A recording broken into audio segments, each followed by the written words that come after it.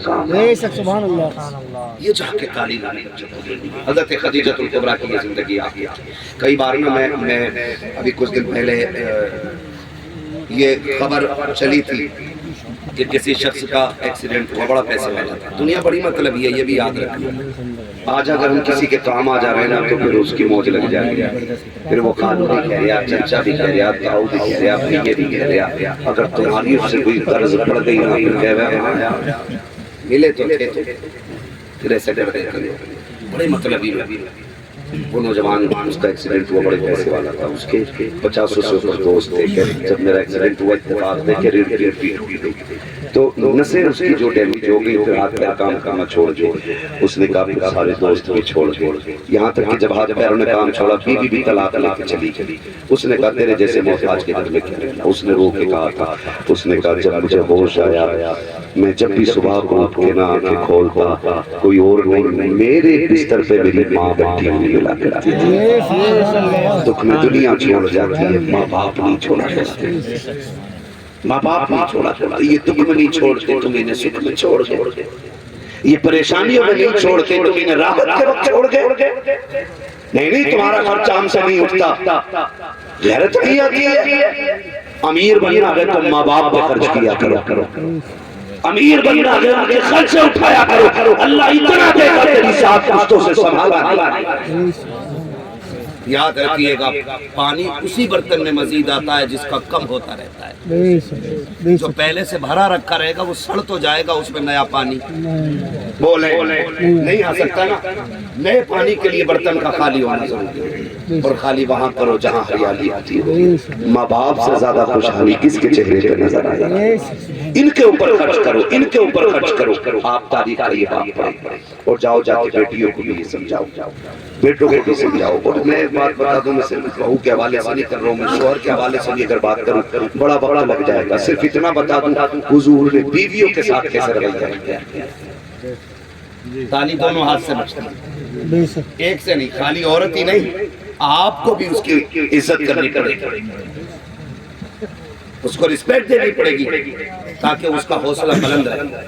یہ نہیں کہ ہم عورت کو پیر کی جوتی سمجھنے لگ جائیں، ایسے زندگی نہیں۔ ام المومنین حضرت عائشہ صدیقہ رضی اللہ تعالیٰ عنہ فرماتی ایک دن دروازہ بجا، کہتی جب دروازہ بجانا تو میں نے کہا کون اندر آ جا، کہتے ایک بوڑھی اندر آئی، کمر جھکی ہوئی تھی، اس نے کہا خدیجہ تیرا شوہر نظر نہیں آ رہا؟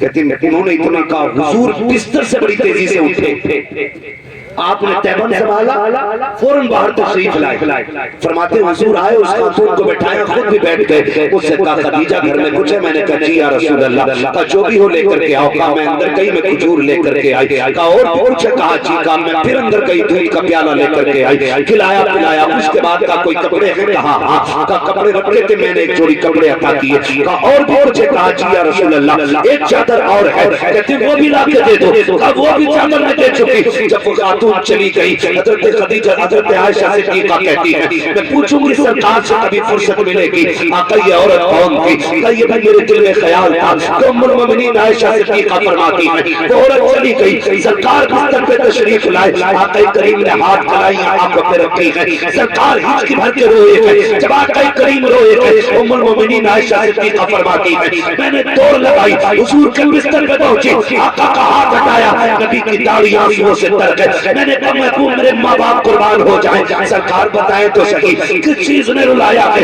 آقا کریم فرماتے ہیں عائشہ تم یہ پوچھنا چاہتے تھی کہ اس سے میرا رشتہ کیا ہے، یہ عورت کون تھی؟ آقا جی بتا دے۔ آقا فرماتے ہیں سنو عائشہ یہ میری خدیجہ کی سہیلی تھی، اس کے بچپن کی سہیلی تھی، جب وہ زندہ تھی تو یہ آتی تھی، خدیجہ بھی اتنا نوازتی تھی جتنا آج میں نے نوازا ہے۔ آقا کریم فرماتے ہیں جب یہ آئی ہے تو اس کے آنے سے مجھے خدیجہ کی یاد آ گئی۔ عائشہ صدیقہ نے کہا تھا آقا اتنا نوازا آپ نے کس لیے؟ آقا فرماتے ہیں اتنا اس لیے کیا ہے تاکہ دنیا میں یہ راضی ہو جائے قبر میں میری خدیجہ کی روح راضی ہو۔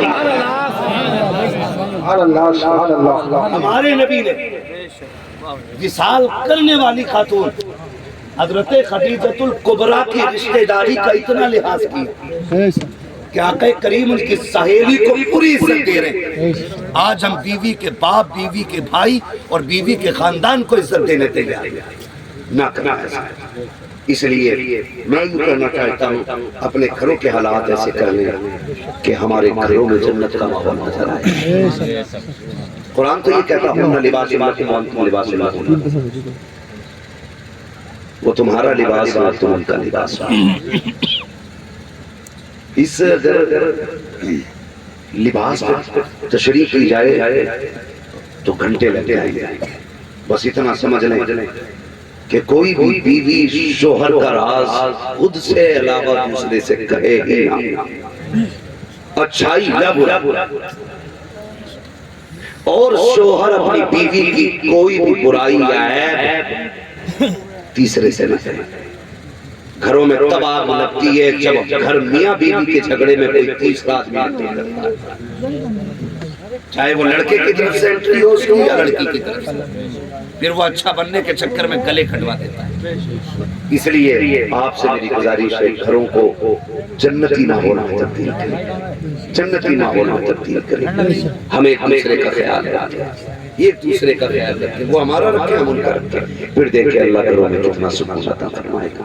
آج حافظ صاحب قبلہ نے بیٹی کے نکاح کے موقع پہ اس محفل کو اسی لیے رکھا تھا تاکہ اس محفل کے ذریعے لوگوں تک حضور کا دین پہنچ جائے، حضور کا دین پہنچ جائے. آج کے بعد اگر ایک عورت اپنے شوہر کو عزت دینے لگ جائے یا ایک شوہر اپنی بیوی کا حق ادا کرنے لگ جائے تو سمجھ لینا آپ کا بلانا کامیاب ہے، ہمارا آنا کامیاب ہے. اللہ ہمیں حضور کے دین کے عمل کی توفیق عطا فرمائے. ایک گھنٹہ ہو چکا ہے، وقت بھی کافی ہے. کل ولیمہ بھی آپ لوگوں کو بنانا ہے نا، پھر سونا بھی ہے تھوڑی دیر. اور بھی ہمارے جو نعت خواں رہ گئے ان کو بھی آپ کو سننا ہے. خدا سلام. سب ہو گئے تو سلامی ہونا نہیں آپ کو ناراض لگ رہے ہو آپ. نہیں آپ نہیں تو دیکھو 1:45 بج گئے. نہیں ابھی